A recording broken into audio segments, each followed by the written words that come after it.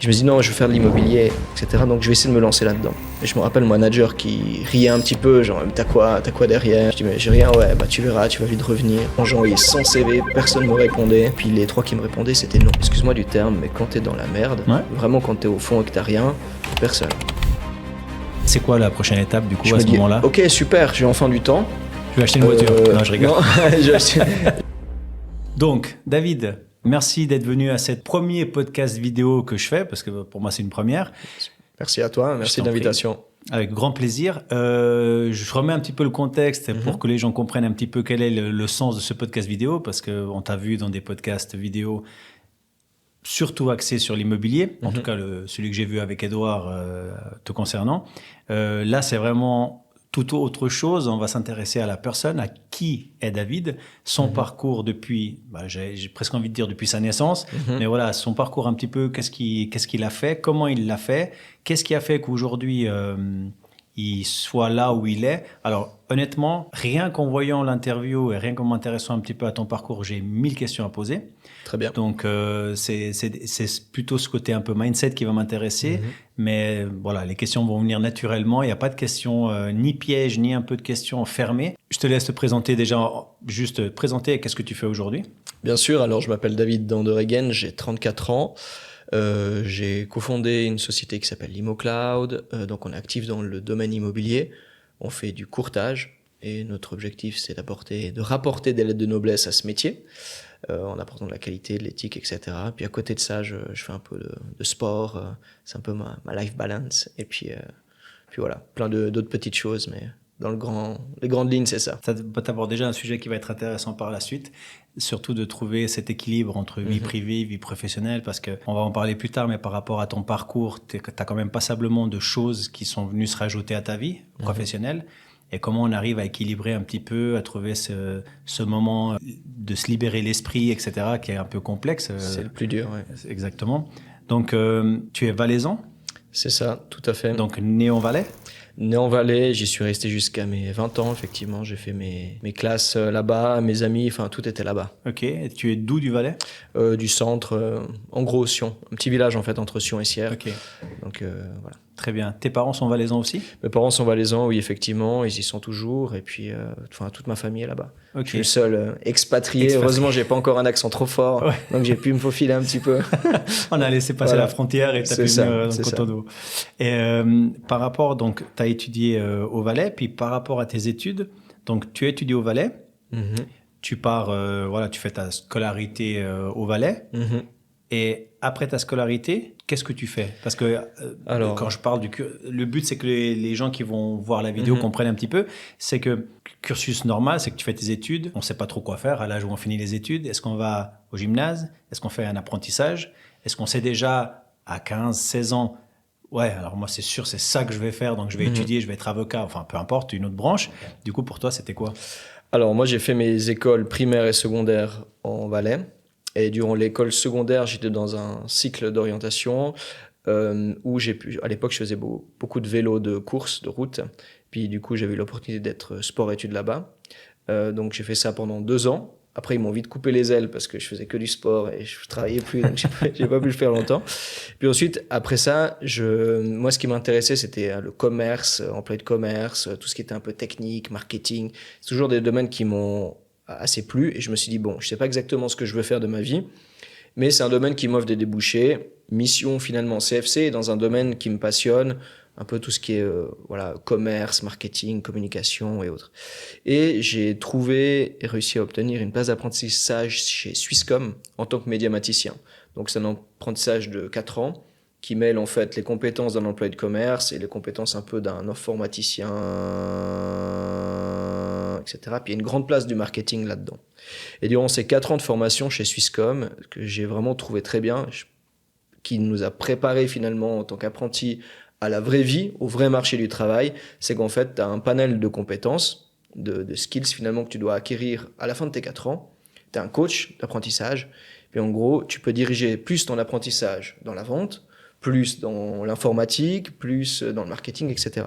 Et du coup, tu dois postuler à l'interne de poste en poste et finalement, ça t'amène, si tu veux un peu te challenger, à changer de canton, à aller dans des nouveaux départements, à Zurich, à Berne, à Lausanne, Genève, etc. Donc moi, la première année, je dois quand même avouer que j'ai pas trop profité de ça. Puis après, un peu en grandissant, en vieillissant, ou en mûrissant plutôt, c'est ça, ouais. et ben finalement, voilà, j'ai été dans différents cantons, dans différents départements, puis ça m'a beaucoup ouvert l'esprit. Et j'ai fait quelque chose vraiment dans le marketing. Puis à la fin de cette époque d'apprentissage, j'ai obtenu mon CFC. Et là, j'ai eu l'armée qui est arrivée, j'ai été faire mon armée. Et revenu, en fait, je me suis dit, voilà, il faut que je retrouve un travail rapidement. Mes parents, à ce moment-là, se sont aussi séparés. Donc finalement, tu reviens de l'armée après avoir fait ton école de recrue. Tu reviens, bon, t'as plus de travail, t'as plus le cadre familial qui a changé. T'es là, bon, ok, il faut que je trouve quelque chose pour avoir de l'argent. Voilà.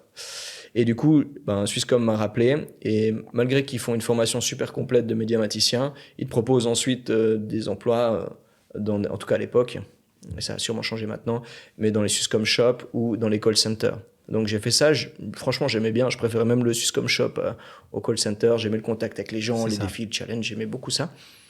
Puis au bout d'un moment, je me suis dit non, mais c'est pas ça que je veux faire dans ma vie. Ça me plaît, mais moi j'ai toujours rêvé d'immobilier, un petit peu durant cet apprentissage, parce qu'en fait, en étant dans les différents cantons, différentes structures et départements, t'es souvent dans des bâtiments qui sont fous. Et en fait, tu vois un peu du pays, ça ouvre quand même l'esprit. Et je me suis toujours dit, tiens, c'est quand même passionnant. Puis il y a toujours ce cliché de l'agent immobilier, qu'on parle de courtage, de gestion ou autre. C'est un peu obscur, en même temps ça brille quand même beaucoup, et puis il y a pas mal de fantasmes autour de tout ça. Et moi j'étais assez fasciné par ça. Et je me suis dit non, je veux faire de l'immobilier, etc. Donc je vais essayer de me lancer là-dedans. Et je me suis dit parfait, vu que j'étais payé à l'heure avec mon emploi chez Swisscom, et je me suis dit je fais ça à côté. Puis en fait non, j'ai fait ça plusieurs mois, et je voyais que malgré mon travail, je faisais rien à côté. J'ai dit non, il faut que je fonctionne sans filet de secours. Donc j'ai démissionné de Swisscom. Et je me rappelle mon manager qui riait un petit peu, genre, t'as quoi derrière? Je dis, mais j'ai rien, ouais, tu verras, tu vas vite revenir. Puis, voilà. Finalement, je me suis lancé, j'ai beaucoup postulé, aucun résultat, rien. Personne ne me répondait. Je pense que j'ai envoyé 100 CV, personne ne me répondait. Et puis les 3 qui me répondaient, c'était non. Puis je me suis dit, bon sang. Puis après, j'étais obligé d'aller au chômage. Voilà, qui t'explique. Puis cette dame au chômage me dit ouais, alors David, tu dois améliorer ton CV, ça va pas du tout ton CV. Je dis mais attends, j'ai fait 4 ans d'apprentissage, j'ai beaucoup de marketing, je maîtrise InDesign, Photoshop, j'ai fait un truc, je suis pas graphiste, je sais pas, c'est prétention pas du tout, mais mon CV il est quand même assez, il sort un peu du lot entre guillemets, voilà, il est particulier, c'est pas un CV Word basique. Bref, elle m'a forcé quand même à le faire, malgré que moi je voulais apprendre l'allemand, je dis paye-moi des cours d'allemand, etc. Elle voulait pas. Bref, j'ai dit bon ok. J'ai fait ce CV, j'ai fait les cours qu'elle m'a donnés. Puis en parallèle, moi j'ai poursuivi un peu ma réflexion, et je me suis dit bon, quelle est la situation? Finalement, j'ai fait un peu de marketing, je me rends compte que je dois me considérer maintenant comme un produit. Je suis un produit sur un étalage, et je dois me considérer comme ça. Pourquoi on me répond pas? Parce qu'il y a plus de demandes que d'offres. Et en plus, mon dossier n'est pas du tout sexy. Ils doivent en recevoir 100. Le mien, le jeune qui a 19 ans ou 20 ans, qui veut rentrer dans l'immobilier, et son seul argument, c'est ça me passionne, ça me fait rêver et je vais tout donner. Ouais. Ça rentre pas souvent dans une oreille attentive auprès du recruteur. Et je me dis ok, je dois me démarquer. Du coup, à ce moment-là, j'ai refait mon CV, mais pas sur la base des petites formations que j'ai eues, qui franchement, m'apportaient pas grand-chose. J'ai fait un CV avec les compétences clés, ce que je pouvais apporter en mode paysage. À côté de ça, j'ai créé un site internet avec mon nom, sortir un peu de davidanderian.com, etc. Voilà, tout était accessible là-dessus, et tu pouvais télécharger mon CV, me contacter en ligne. J'ai fait faire des cartes de visite chez un imprimeur, etc. En 2-3 semaines, j'avais un entretien et j'étais engagé en tant que stagiaire à Lausanne. Et du coup, je suis parti. Alors, j'ai plusieurs questions déjà sur cette première partie. Quand tu arrives, je reprends depuis le fait que tu reviennes du service militaire. Tu viens du service militaire, donc tu n'as plus de job, tes parents se séparent. Bon, ça arrive, les miens se sont séparés aussi, donc ils se séparent. Donc, tu te retrouves au chômage. Alors, je ne vais pas remettre en question s'il y a un bon suivi ou pas au chômage, parce que je pense aussi que par rapport au nombre de gens qui arrivent, ils doivent aussi faire un peu le basique Bien sur sûr. La rédaction de CV, des choses comme ça c'est clair. Mais comment, à ce moment-là, ok, il y a une idée, c'est l'immobilier me plaît. Je sais que c'est ça que je veux au moins essayer. Tu reviens du service militaire, tu as acquis déjà une certaine expérience par rapport à ton apprentissage. L'idée veut que tu repartes dans ce domaine-là par sécurité de te dire je vais trouver un job. Parce qu'avec mon CV sur cette profession-là, je sais que je vais retrouver puisque j'ai déjà un CFC, donc ça me fait quand même une plus-value par rapport à d'autres qui pourraient aller là. Et toi, tu décides de mettre ça de côté, tu te dis j'ai un apprentissage. J'ai beaucoup aimé cette partie parce que tu as fait ton apprentissage, tu as essayé, tu as réussi ton CFC. Le côté humain ressort beaucoup dans ce que tu dis, c'est-à-dire que le contact client, l'approche, le dialogue, pouvoir échanger avec, avoir le contact direct, c'est quelque chose qui naturellement te plaît. Donc c'est vraiment quelque chose qui d'office va avec l'immobilier, parce que si tu vas dans l'immobilier, que ce soit à n'importe quel poste, inévitablement tu vas avoir du contact avec les propriétaires ou les locataires. C'est beaucoup d'humains. Ah, ça c'est sûr. Donc tu as déjà cette fibre qui te met déjà en avant. Mais comment finalement tu te dis, écoute, oui, je franchis le pas, je vais de l'avant, je vais faire... Parce que en étant à la maison au chômage, tu te fais un site internet, tu te dis, je vais peut-être avoir un truc, mais est-ce que tu étais déjà convaincu que c'était ça que tu voulais faire? Alors, j'étais à 100% convaincu. Pour moi, c'était la seule mission. Je me revois encore mettre un costard trop long. J'ai même essayé de faire des vidéos ou autres à l'époque pour candidater, pour postuler, ce que j'avais pas réussi à faire. Mais je me vois, j'avais empilé des livres sur une enceinte, avec mon téléphone, avec le retardateur pour me filmer. T'es en training en bas, t'as une chemise en haut et t'as un haut de costard. Je me rappelle de cette période et c'est drôle parce que maintenant, avec la boîte, on fait la même chose. Alors, beaucoup plus professionnel, beaucoup plus organisé. D'ailleurs, je veux juste rassurer, t'es pas en training dessous. Pas du tout, non, c'est sur un rendez-vous. Donc voilà, c'est pour ça que j'ai ce joli costume à carreaux. Donc voilà, non, je me suis dit, ok, je vais le faire à fond. Après, il faut aussi comprendre qu'en rentrant de l'armée, pour moi, à cette époque de ma vie, c'était un peu En fait, il y avait tous les domaines de ma vie qui étaient instables. Tu reviens financièrement, t'es pas stable. Tu es au début de ta vie pro, quoi, en fait. Familialement, il y a plus rien. J'étais seul dans ce grand 4 pièces et demi, dans l'appartement familial où mes parents étaient les deux partis, etc. Seul, ma sœur était pas là. J'ai qu'une sœur, elle était déjà ailleurs. J'étais là, bon, ok, je suis seul. Maintenant, au début, c'était pas évident. Puis j'ai dû trouver, j'ai dit, ok. Et puis j'ai quand même compris à ce moment-là qu'en réalité, alors je suis pas à plaindre et je veux pas faire le Calimero, mais il y a un ou deux éléments à ce moment-là dans ma vie personnelle, familiale, qui m'ont quand même montré que, excuse-moi du terme, mais quand t'es dans la merde, vraiment quand t'es au fond et que t'as rien, il y a personne. Alors peut-être j'aurais pu appeler pour avoir quelqu'un, mais c'est pas mon genre, et t'as personne. Chacun a ses problèmes, chacun a ses défis, et quand t'es vraiment en bas, il y a personne. Tu dois te débrouiller, tu dois te démerder tout seul. Et ça m'a marqué. Et depuis, je pense, je me suis construit aussi par rapport à ça, avec ce skills, en me disant, ok, il faut que je crée une situation où, en fait, je suis à l'aise dans l'inconfortable. Et quand j'arrive à du confort, il faut tout le temps que je remette tout en jeu. Et en fait, quand je regarde les 12-15 dernières années, ça a toujours été le cas. Dès que je suis à l'aise, je me lance des défis. Parce qu'en fait, on s'habitue très vite au confort. Puis quand t'es confortable, finalement, t'es dans une zone de risque, tu vois, je pense. Après, c'est aussi très agréable. Je sais me poser, etc. Il n'y a pas de problème. Clairement. Mais voilà, du coup, c'est, je pense, quelque chose qui m'a marqué et que j'ai gardé et que j'ai encore maintenant. Alors, c'est un trait de caractère qui t'a suivi tout le long parce que sans ce trait de caractère, aujourd'hui, tu ne serais pas là où tu es maintenant. Parce que, inévitablement, oui, si j'anticipe un petit peu les événements, tu fais ton CV, tu as ton premier stage dans l'immobilier. Les étapes se suivent, tu trouves ton premier job et puis tu es gérant d'immeuble. Pour celui qui a toujours voulu atteindre cet objectif, son palier, il est atteint. Donc, de nouveau, je reprends les termes, c'est que la nature voudrait que, pas tout le temps et heureusement pas tous, j'ai atteint mon objectif, je ne vois pas pourquoi je vais me challenger davantage. Le but, c'est de prendre l'expérience, puis j'irai dans une meilleure boîte, je toucherai un petit peu plus d'argent et j'irai dans une autre et ainsi de suite. Et une fois atteint ce palier, toi, tu as recherché toujours à te développer davantage, à atteindre de nouvelles compétences pour pouvoir justement... j'imagine qu'avec chaque compétence, d'autres portes s'ouvrent. Ces portes te challengent aussi par rapport à ce que tu veux t'orienter. Et une fois atteint ce palier, d'autres portes s'ouvrent et ainsi de suite. Puis finalement, l'être humain est en continue évolution. Il va toujours évoluer. Et du coup, je reviens à ton parcours. Donc, tu as fait ton site, tu as obtenu ton stage. Et ce stage était de... 3 mois, durée déterminée. Et c'était quoi comme stage? C'était un stage d'assistant en gérance. Je remplaçais une assistante qui était partie en congé non payé pour 3 mois pour un voyage. Et du coup, après, elle est revenue, puis merci, au revoir. Et moi, j'étais dans ce stage, et je me rappelle, j'étais avec un gérant, et je savais même pas ce que c'était un bail. Donc franchement, j'étais nul. J'avais aucune compétence. Par contre, j'avais envie d'apprendre. Et ben, lui, il avait peu de temps. Gérant d'immeuble, breveté, il était, voilà, je pense aussi débordé, pas forcément envie, tu vois, on te met un stagiaire dans les pattes. Maintenant, avec le recul, parce que tu as vécu ça, tu as été à sa place, après coup. Oui. Toi, tu aurais fait différemment? Si maintenant on te donne un assistant gérant? Différemment. Ah oui, après j'ai eu des assistants oui, je pense que j'aurais quand même fait différemment. Après, voilà, sur le moment, je voyais à moitié ça.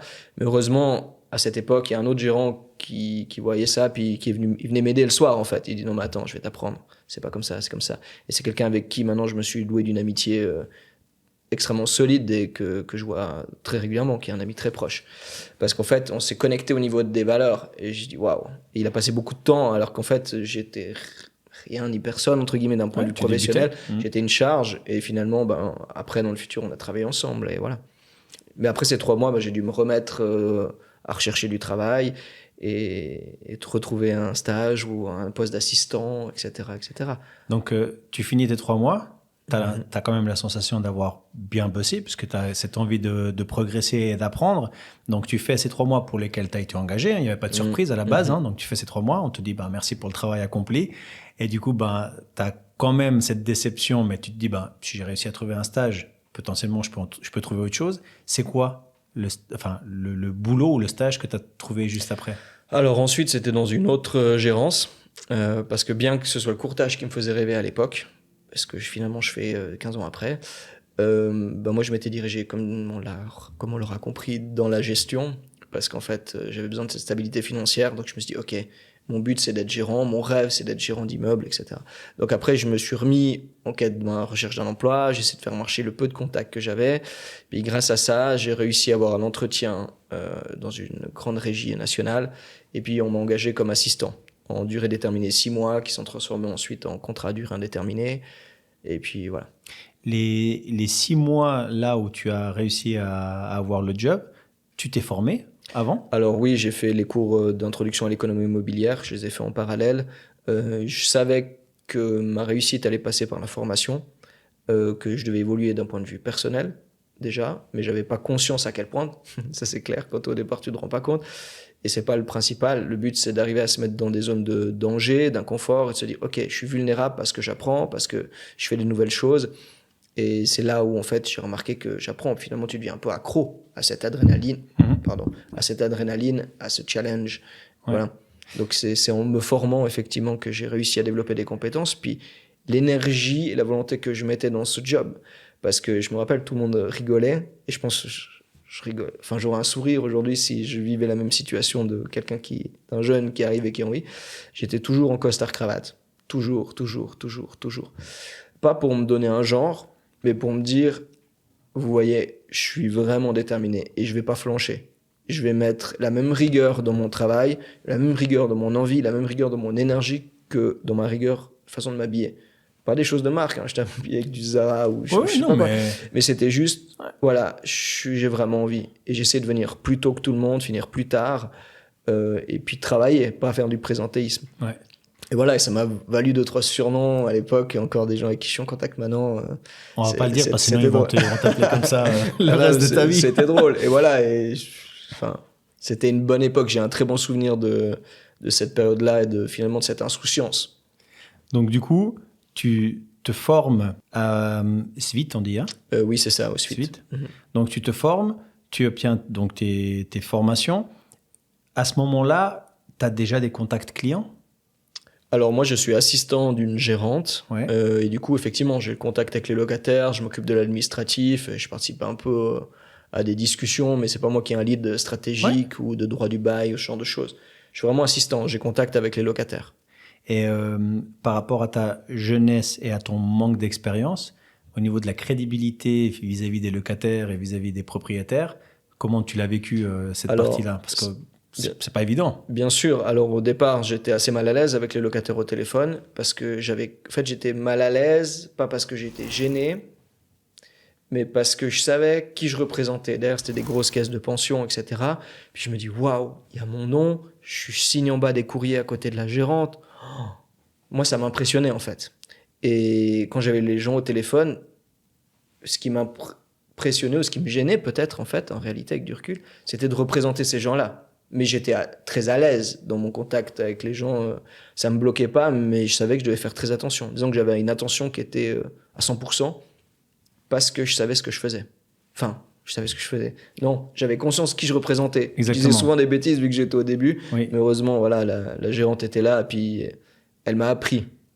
Elle me disait quand je faisais faux, quand je faisais juste. Elle a été d'un bon soutien au départ. Elle m'a pas cassé. C'est important aussi. C'est très important. Donc, tu finis ta formation, tu finis la première formation, parce qu'après, voilà, on va revenir, mais il y a un parcours qui est un peu plus profond là-dedans.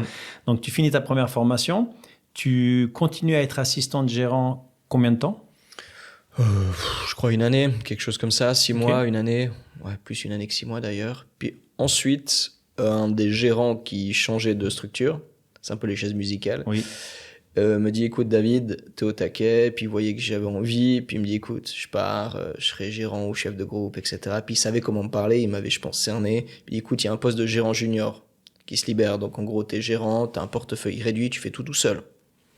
Et j'ai dit go, moi ça me fait rêver, et du coup à l'époque ça a mal été perçu par ma direction où j'étais déjà employé, ce que je comprends, mais moi j'avais tellement envie, ça s'approchait tellement de mon rêve, et j'étais tellement pressé aussi.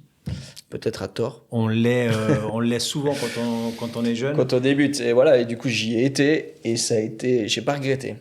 C'était dur à vivre parce qu'il y avait beaucoup de critiques de ce domaine, enfin, d'où je partais, entre guillemets, de ma direction. Et vu que moi, j'estimais beaucoup mon employeur et où j'étais, mes collègues, j'étais, j'ai fait vraiment quelque chose, j'aurais pas dû. J'ai eu de la peine un peu à dormir, tellement je prenais ça à cœur et au sérieux.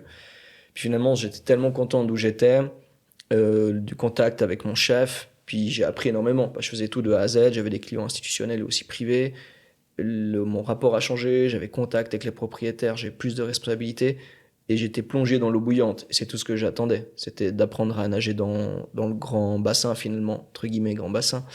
Quand tu es gérant junior, tu as une équipe à gérer ? Non, tu es tout seul. Ok, donc t'es tout seul et tu réfères à ton chef de groupe. Okay. Ou à la direction si tu n'as pas un chef de groupe. Okay. Et puis voilà, tu es responsable de tes clients et de ce que tu leur conseilles. Oui, et au niveau de la charge de travail, quand tu es assistant gérant et là tu es gérant junior, on parle d'un gap assez important. Ton rôle change. La charge reste similaire, mais ton rôle change. Après, voilà, c'est difficile à estimer parce que ça dépend beaucoup des structures, du management, etc. En règle générale, c'est un domaine où tu as de quoi faire. Et ça te demande une grande organisation et d'arriver à faire un peu un schéma type Eisenhower, enfin, se dire, OK, qu'est-ce qui est important, urgent, et puis voilà, planifier les choses comme ça. Exactement. J'ai sauté assez rapidement sur ton parcours professionnel, mais quand tu t'es lancé dans l'immobilier, ça a tout de suite été à Lausanne ? Tout de suite été à Lausanne. Je faisais les allers-retours, malgré que j'avais un contrat à durée déterminée de 3 mois en tant que stagiaire. Vraiment rien de solide. Je faisais les allers-retours. En plus, je les faisais en voiture à l'époque. Donc, je venais tôt, je partais tard. Franchement, j'étais épuisé. Au bout de 3 mois. Déterminé. Déterminé. Ouais, à la fin, franchement, je me suis dit, il faut que si j'ai un nouvel emploi dans l'immobilier à Lausanne, il faut que je prenne un appartement. Je peux pas tenir sur le moyen terme comme ça. C'est pas possible. Ok. Puis après, tout le reste est suivi sur Lausanne. Tout le reste, voilà, exactement. Okay. Dans ton parcours professionnel, quand tu passes gérant junior, tu passes dans une autre société. Tout à fait. Parce que tu me disais que ta direction l'avait mal pris. Donc, tu prends sur une autre société. Quand tu prends sur la nouvelle société, gérant junior, tu développes ta crédibilité puisque tu avais déjà un bagage, mais tu continues à développer parce que là, c'est toi le référent, c'est vers toi qu'on se tourne. Donc, tu commences à prendre un petit peu le lead par rapport aux discussions, par rapport aux connaissances, etc. Tu continues à te former, j'imagine. C'est quoi le pas suivant une fois que tu as fait l'introduction à l'immobilier ? Oui, c'est quoi la suite ? Le pas suivant, tu as divers certificats qui sont entre le papier de base et puis les brevets. Et moi, j'ai fait une formation qui s'appelait IMO-BAI à l'époque à l'USPI, sauf erreur. Et du coup, en gros, ça aborde tout le côté juridique pour tout ce qui est location. Donc, c'était passionnant. J'ai fait ça en fait en attendant d'aller au brevet. Parce qu'on voulait pas mon employeur ne voulait pas participer au financement de mon brevet. À l'époque, j'avais pas les sous pour me le payer. Puis j'ai dit, OK, pas grave. ok, vous voulez attendre, vous voulez voir que pas de problème. Ok, par contre, j'aimerais faire ça. Puis là, ils m'ont accepté. Et puis, j'ai participé à cette formation qui a duré 3 ou 6 mois. Je me rappelle plus vraiment. J'ai obtenu ce certificat qui est en fait un volet du brevet, si tu veux. Oui. C'est très précis. Une des branches bien précises, voilà, bien spécifiques. Et j'ai fait ça, et du coup, j'étais content. J'ai appris beaucoup de connaissances, et ça m'a rendu encore plus à l'aise dans tout ce côté juridique. Et puis, j'avais cette fibre un petit peu entrepreneuriale, finalement, qui guide un peu le parcours. Hein. Et du coup, c'était intéressant pour moi de me perfectionner et d'apprendre avec des cours sur le droit du bail, sur les choses techniques et légales. Parce que après, je pouvais mettre ça en corrélation avec cette volonté d'avancer, de commercialiser, d'aller se demander mais pourquoi ça se loue pas, qu'est-ce qu'on peut faire, etc. Puis quand tu mets les deux ensemble, finalement, tu arrives à avoir des résultats qui sont intéressants. Tu n'as pas que du blabla. Tu n'as pas que de l'envie d'aller de l'avant. Tu as aussi un bagage derrière que quand tu es de retour au bureau, que tu dois faire les choses officielles, des contrats ou autres, tu sais les faire correctement. Puis surtout, pourquoi tu les fais. Pour moi, ça, c'était important. Et suite à l'IMO-BAI, combien de temps, pas combien de temps, il y a un temps qui se passe, et là, tu fais ton brevet tout de suite dans la même entreprise? Oui, quand j'ai pu, je l'ai fait direct. Et c'est toi qui te l'es payé? Non, ils ont participé à l'époque. Après, j'ai dû racheter mes parts. Enfin, racheter. Je suis reparti, je suis retourné dans la gérance où j'étais au départ. Ok. Parce j'avais une connaissance qui était chef de groupe qui m'a dit, écoute, un poste est libéré, ça te dit, et voilà. Toujours des points de challenge pour garder pas cette motivation, mais comment on dit, les papillons dans le ventre. Bien sûr, là c'était l'idée de se dire, ok, je peux aller là, il y a peut-être aussi une évolution future après pour un poste de responsable, et pourquoi pas, on y va, il y a des choses à faire dans cette gérance, j'y vais. Les choses que j'ai fait, j'ai fini mon brevet chez eux, que j'ai obtenu, et puis ensuite j'ai pu prendre différentes casquettes, notamment pour la commercialisation au niveau de la Suisse romande dans cette entreprise, 2-3 finalement casquettes comme ça où j'étais pas forcément rémunéré plus ou autre, mais c'était quelque chose qui m'animait en fait, de prendre des responsabilités en plus et proposer des choses, d'aller de l'avant. Ouais. Alors moi je suis d'avis que je dirais même pas compétence, mais toute nouvelle compétence, ou appelle-le comme tu veux, qui vient se rajouter à ton parcours, hormis salaire, parce que souvent on se dit, mais si je fais ça, il faut que vous m'augmentiez, etc. Ouais. Vient amener un plus à ton parcours, à ton CV, mais au niveau personnel, il y a rien qui ne va pas t'apporter davantage. Moi, je dis toujours, il n'y a pas de raccourci pour atteindre, je dirais pas l'excellence, mais pour atteindre le niveau que tu veux atteindre, il n'y a pas de raccourci. On ne peut pas devenir, par exemple, comme toi, gérant au début, parce qu'on va y arriver, mais gérant d'immeuble sans avoir eu différentes étapes avant. Donc, moi, je suis assez... c'est surtout ça qui m'a inspiré à faire le podcast, c'est de me dire, mais comment certaines personnes... eux stagnent, n'arrivent pas à se motiver, à aller de l'avant ou à se challenger ou à sortir de cette fameuse zone de confort, parce qu'on est tous bien dans cette zone de confort. Effectivement. On prenait l'exemple en off par rapport au sport, qu'on va revenir avant, mais qu'est-ce qui me fait me lever de mon canapé devant Netflix à aller courir à 7h du matin un samedi, tu vois? Justement, j'aimerais rajouter 2 choses, tu me fais penser à 2 choses. Tout d'abord par rapport au salaire et les compétences que tu as qui ne sont pas rémunérées, ce genre de choses. Un jour, quand j'étais gérant junior, mon directeur qui était assez charismatique, un jour il me fait venir dans le bureau, puis c'était un peu théâtral, mais ouais David, ça va, écoute, bon, je vais t'augmenter. Il me dit, t'as fait du bon boulot, je vais t'augmenter, etc. Donc j'étais là, ok, cool. Il me dit, mais bon, allez, tu gagnes combien aujourd'hui? Il me dit, mais tais-toi David, tu gagnes combien aujourd'hui? Tu sais pas me dire combien tu gagnes? Je dis, écoute, sincèrement, non, je sais pas. Je sais que je peux payer mes factures, je sais que c'est pas astronomique, pas du tout. Au contraire, mais non, je sais pas. Ah, mais arrête, puis il rigolait, il croyait que je me foutais de lui. Je dis, je te jure, je sais pas combien je gagne. Il dit, non, mais t'es vraiment un artiste, Pierre. Je dis, oui, mais comprends que je suis pas là pour... T'as vu les responsabilités que tu me donnes, je sais très bien que ça vaut pas ce salaire-là, et je suis pas là pour ce salaire. Moi, je vise plus loin, je vois à long terme. Et c'était drôle parce qu'aujourd'hui, on a exactement la même vision plusieurs années après avec notre entreprise, mes associés, etc. Et en fait, je me dis, waouh, c'est tellement différent parce qu'après, j'ai eu des équipes dans mon parcours. Et en fait, il n'y a pas quelqu'un qui réfléchit comme ça. Alors qu'en fait, moi, c'est la base. Mais pas pour dire qu'un est mieux que l'autre, pas du tout. C'est juste que là, je vois que je suis un peu... que j'étais à contresens du mindset des autres. Et puis, ce contresens-là, c'est plusieurs fois apparu. J'ai souvent dû lutter contre. Parce que moi qui étais toujours à fond, toujours excité, toujours envie, toujours là le dernier à partir, à côté tu fais encore du sport, etc. Je me dis mais non, c'est pas possible. Et en fait ta tendance, enfin ce comportement peut déranger les gens de ton équipe, même si t'es pas au-dessus d'eux, mais que t'es un collègue du même échelon, bah ça peut déranger en fait. Et je comprends. Ouais. t'as toujours quelqu'un qui est au taquet à côté de toi, qui a envie, qui a toujours des idées, que quand tout va bien, il dit non, on pourrait faire ça, on pourrait faire ça, on pourrait faire ça. Ça donne une image de quelqu'un qui se la raconte ou qui a toujours envie de se mettre en avant. Exact. Alors, tout à fait. Ça a été mon plus gros combat. Puis finalement, en fait, j'ai arrêté de combattre. Au bout d'un moment, j'ai dit bon, je sais que je suis pas comme ça. Mes amis proches le savent très bien. Finalement, au bout d'un moment, j'ai dit mais en fait, pensez ce que vous voulez. Je vais arrêter de vous prouver que vous avez tort. C'est ça. C'est juste que j'ai envie de faire les choses à fond et puis voilà. C'est ça. Et voilà. Mais c'est quelque chose au début qui était très dur parce que moi, je mettais tellement d'énergie à faire mon rêve. Et il faut être à la poursuite de ses rêves. Et je mettais tellement d'énergie à ça, puis à côté, on me disait, non, mais tu donnes une impression qui est pas bonne. Pour certains qui te voient comme un concurrent, quelqu'un qui les dérange parce qu'il veut tout le temps faire plus. Et voilà, et c'est quelque chose sur lequel j'ai dû beaucoup lutter avant finalement de me dire, non, mais c'est un mauvais combat. Mais pour ça, j'ai dû aussi mûrir, puis on me rend compte que, voilà, ils pensent ce qu'ils veulent finalement. Je m'excuse, je te coupe. Le plus compliqué, je pense, c'est de comprendre qu'on ne peut pas changer la vision que les autres ont de nous. Parce qu'aujourd'hui, imagine, on est dans un bureau de 4 personnes.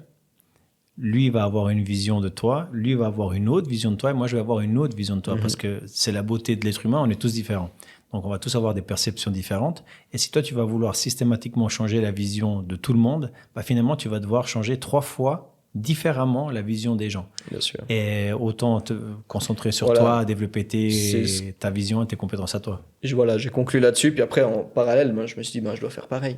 Je ne peux pas avoir un avis aussi tranché sur les autres si j'attends qu'ils soient aussi plus honnêtes, plus réalistes avec moi. Totalement. Donc voilà, mais ça a été quelque chose effectivement qui m'a poursuivi longtemps. Et du coup, tu finis ton brevet, tu vas dans la nouvelle entreprise. Là, dans la nouvelle entreprise, là, tu étais gérant junior avant. Alors, gérant junior, gérant. Après, tu es passé gérant. Assistante, voilà, chez eux. Puis je suis reparti pour le même poste finalement. Ok.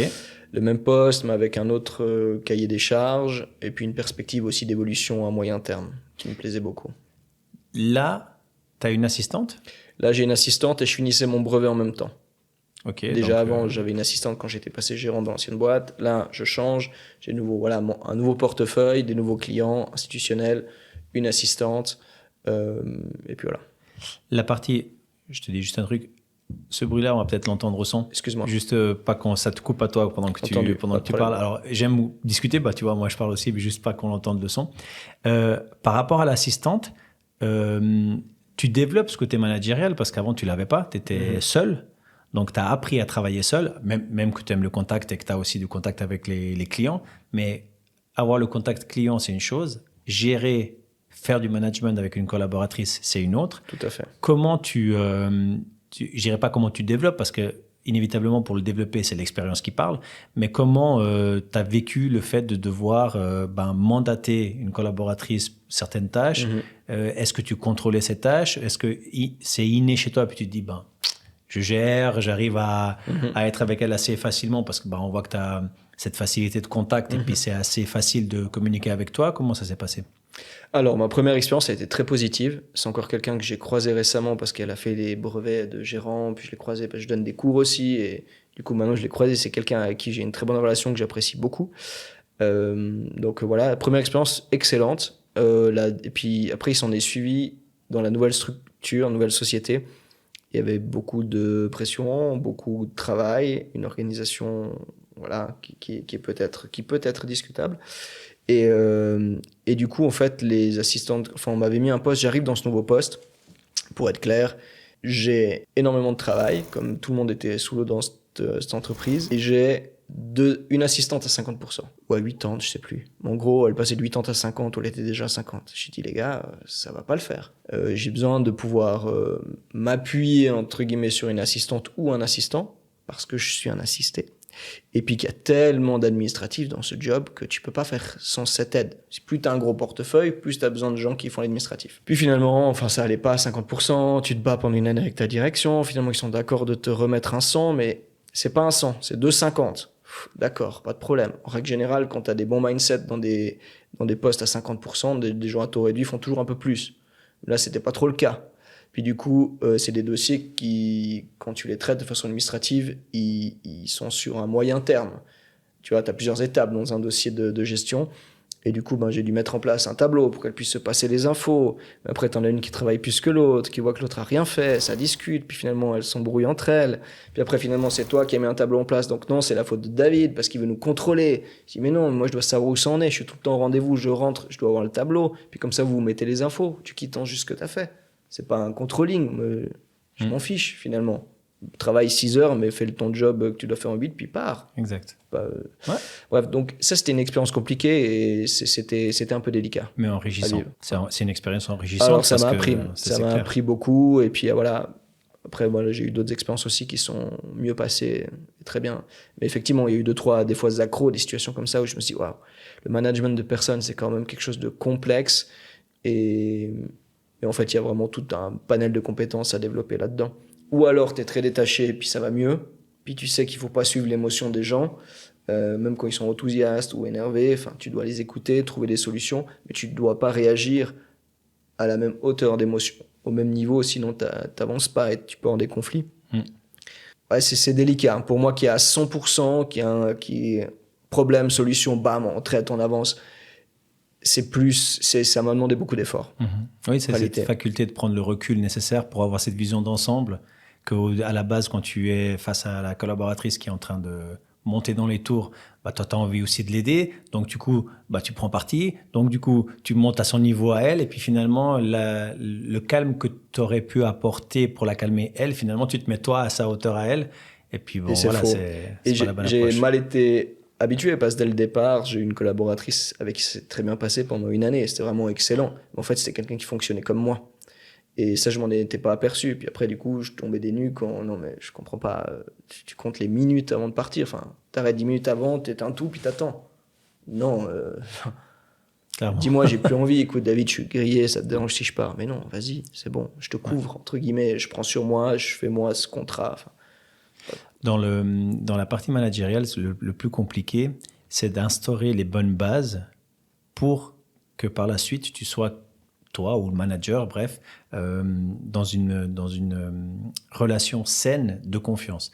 Mais la première partie de cette base que tu veux instaurer et puis qui soit saine, les gens, ils pensent que quand tu arrives, tu dois faire un peu le dictateur. C'est que tu arrives, tu dis ce que tu attends, puis si la personne, elle n'aime pas, elle se casse, il faut qu'elle aille ailleurs. Ouais, alors pas du tout. Alors que quand tu viens, cette mise en place-là, elle prend entre 6 mois et 1 année, facilement. Alors, voilà. Alors moi, c'est venu au fil du temps. Je suis pas arrivé à dire c'est comme ça. Au contraire, je suivais un peu le flow. Le mouvement me dit, OK, comment ça va se passer? Je vais déjà voir comment ça va se passer, voir comment on peut améliorer pour que ce soit plus simple. Parce que le but, c'est qu'elles puissent aussi garder leur taux réduit. C'était important pour elles. Et puis moi, le but, c'était pas qu'elles partent non plus. Donc voilà, c'était tout un exercice. Tu vis cette expérience? C'est quoi l'étape d'après, une fois que tu as vécu ce poste de gérant d'immeuble avec assistante ou 2 assistantes à 50%? Bien sûr. Alors, ce qui se passe après, moi, j'ai pris un rôle de commercialisateur pour la Suisse romande, donc c'était la réduction de la vacance locative. Ça, c'était en parallèle. À côté, en même temps, je finis mon brevet. Puis à côté, un poste de chef de groupe se libère. Donc, chef d'équipe, finalement. Tu es responsable d'équipe de gérants avec leur assistant ou assistante. Et puis voilà. Et du coup, j'arrive à passer ce cap, à me faire engager dans la même structure, malgré une concurrence aussi de personnes plus formées, plus expérimentées également. Et voilà, on me choisit moi. C'est la question qui allait suivre. C'est comment de 3 collaborateurs expérimentés, parce que plus expérimentés, oui, mais tu as quand même de l'expérience. De 3 collaborateurs, toi, j'allais dire presque le petit jeune qui est là, mais qui a montré de quoi il était capable. Comment on arrive à te faire confiance finalement pour prendre une telle responsabilité? Parce que là, tu es gérant d'immeuble et là, on te donne la responsabilité de toi gérer des gérants d'immeuble. Alors, je pense pour plusieurs raisons. Et pas toutes bonnes. La première, c'est que j'étais ultra motivé, ultra envie, ultra impliqué. Et ça se voyait dans les différents entretiens que j'ai faits. Ils font également des tests psychologiques, qui valent ce qu'ils valent, mais voilà. Tous les feux étaient ouverts. C'est bon.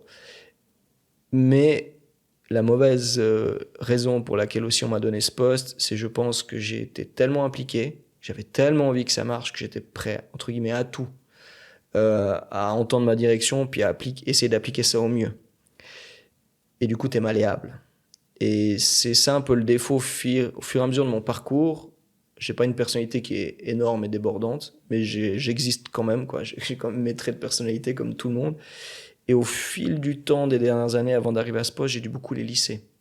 J'ai dû beaucoup faire attention, beaucoup arrondir les angles, parce que j'ai que fait des grandes structures, et tu dois rester politiquement correct, faire attention, etc. Et puis, voilà, au fil du temps, j'ai lissé tout ça. Et à cause, ou grâce à ça, je pense que j'ai aussi eu ce poste, parce que je savais comment mettre en place les choses que voulait la direction. Donc ça, c'était une des raisons. Et puis la deuxième, c'est que j'avais tellement envie que j'étais prêt aussi à prendre le travail. Tu avais pas mal de postes vacants, tu reprends, enfin voilà. Ouais. J'allais m'investir à 100%, j'avais les papiers, j'avais les clients qui me faisaient confiance. Et du coup, voilà. Parce que c'est un joli parti pris de la part de la société de se dire, ben oui, si on part du principe que tu es malléable et que tu as un peu ces traits de caractère qui est un peu plus posé peut-être que les autres, mais tu as quand même je dirais pas un manque d'expérience, mais vis-à-vis des autres qui étaient là avec toi, tu faisais partie de ceux qui avaient le moins d'expérience? Alors, de ceux qui candidataient, oui. Clairement, je crois que les autres en concurrence, en lice, ils avaient 55 ans, un diplôme, enfin voilà, en plus c'est des gens que j'apprécie, voilà, qui ont des compétences, qui sont avérées. Mais je pense que ce qui fait aussi la différence, c'était la personnalité. C'était après maintenir la cohésion du groupe, c'était avancer avec eux, pas être tout le temps négatif. Ouais, moi, je voyais plutôt des solutions à chaque problème. Avec cette surenvie et surmotivation, je voyais des solutions. Ok, on traite, on avance. Et tandis que les autres, d'un point de vue personnalité, c'est plus, oh non, mais ça va pas, etc. Tu vois, la société va s'écrouler si on continue comme ça. Et c'est clair que tu peux difficilement manager une équipe quand tu es autant négatif. Ah bah c'est sûr. Faut être honnête. Du coup, moi, après, dans ce nouveau rôle, je dis, bon, écoute, très simple. Il y avait des cours de management, on fait des trucs avec les chevaux, enfin, plein de trucs comme ça. Et finalement, je me suis dit, oui, il y a des choses à prendre. Mais David, c'est du blabla. Feeling. Et sois comme tu es. Joue rien. Quand t'as pas envie, t'as pas envie. Quand t'aimes pas, t'aimes pas. Quand ça te convient, ça te convient. Quand c'est super, c'est super. Et c'est comme ça que j'ai fonctionné avec l'équipe. Donc, toute l'équipe a changé.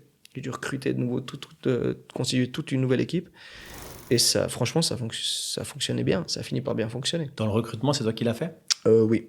Même les assistants et assistantes, déjà à l'époque, oui, bien sûr. Et là, on est de nouveau, pour moi, de nouveau dans une étape importante, c'est-à-dire que tu développes ta partie managériale. Donc, tu commences à manager du monde, des personnes, etc. Ça se passe plus ou moins bien. Tu développes cette compétence. Et là, tu dois engager du monde. Donc, c'est un peu toi le responsable de ce que finalement tu vas, toi, travailler avec ces personnes-là.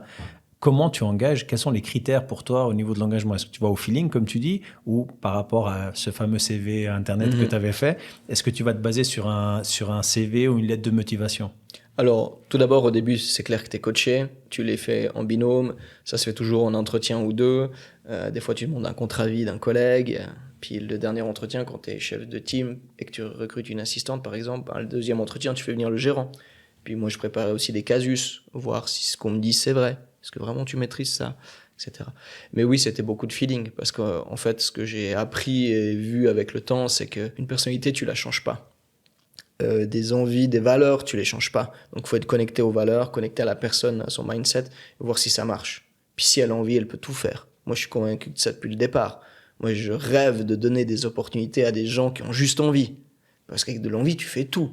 Tout le reste, c'est presque de la poudre aux yeux. Alors oui, tu dois acquérir certaines compétences. Moi, j'ai fait 2-3 papiers, comme plein d'autres. Mais voilà, c'est des papiers. Si tu as vraiment envie, tu peux tout faire. Mais parce que tu as cette mentalité-là. Oui, mais... Et quand tu as des gens comme toi, ce qui est extrêmement positif, et moi, je suis persuadé que c'est le bon sens à aller, hein, mais quand tu as des gens comme toi, c'est beaucoup plus motivant pour un collaborateur qui vient postuler de se dire, bah, finalement, la personne, elle croit en moi pour ce que je suis, et pas pour ce qu'elle lit sur un papier. Parce que finalement, il y a énormément de gens qui ont beaucoup de diplômes, qui sont hyper compétents pour étudier, mais que finalement, dans le côté, peu importe, échange avec les clients, communication, collaboration, etc., sont des pives.